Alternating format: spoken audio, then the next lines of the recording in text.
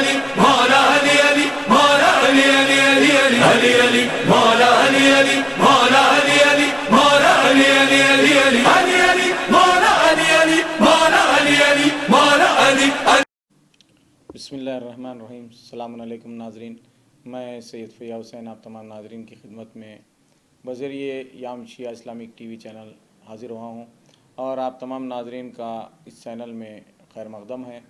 اور ناظرین، بارہا آپ کی خدمت میں معروضہ ہم حضرات پیش کرتے ہیں جو یام شیعہ اسلامک ٹی وی چینل کے بانی ہاشم علی مرزا اور ڈائریکٹر سعادت علی خان اور خادم اور ہمارے حیدرآباد دکن کے تمام علماء ذاکرین جو اس چینل سے ساتھ ہمارے ہیں اور ہماری آواز پہ انہوں نے لبیک کہا اور اپنا قیمتی وقت اس چینل کو دے رہے ہیں.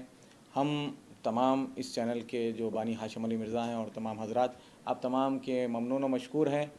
اور اسی کے ساتھ ناظرین آپ کی خدمت میں معروضہ ہے کہ ہم تمام کے لیے دعا فرمائیں اور ہماری اس خدمت کو قبول فرمائیں اور مزید توفیقات میں اضافہ فرمائیں.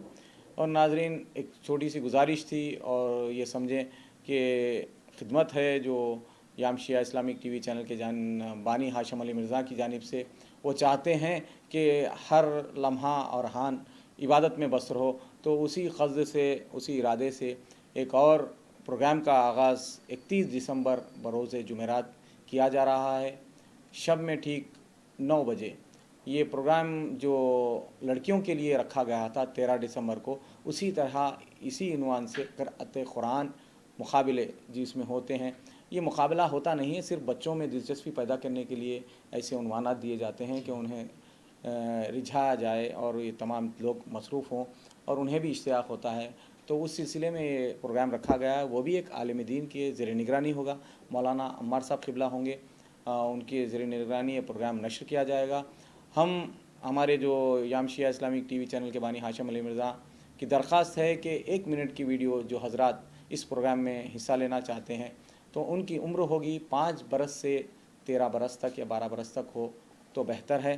اور ان کو چاہیے کہ 1 منٹ کی ویڈیو ریکارڈ کر کے ہمارے ہاشم علی مرزا کے نمبر پر سینڈ کر دیں. وہ قبلہ و کعبہ کو بتائیں گے اور ترتیب میں پروگرام نشر کیا جائے گا. اور وہ حضرات کوشش کریں کہ ہمیں وقت سے پہلے بھیج دیں تو ہمیں آپ کو اطلاع دی جائے گی کہ اس وقت پہ اس مقام پر پہنچیں تو پروگرام انشاءاللہ تعالی مولا کے صدقے سے ہم بھی اس خدمت میں مصروف ہو جائیں گے. تو آپ تمام کو اس کی اطلاع دینا چاہتا تھا اور انشاءاللہ وہ پہنچ چکی ہے. تو میں مولانا کو زحمت دوں گا. مولانا محمد عباس صاحب یہاں تشریف فرما ہیں بعنوان اسلامی طرز زندگی. اس سلسلے میں اسلامی طرز زندگی اس سلسلے میں پروگرام نشر کیا جا رہا ہے.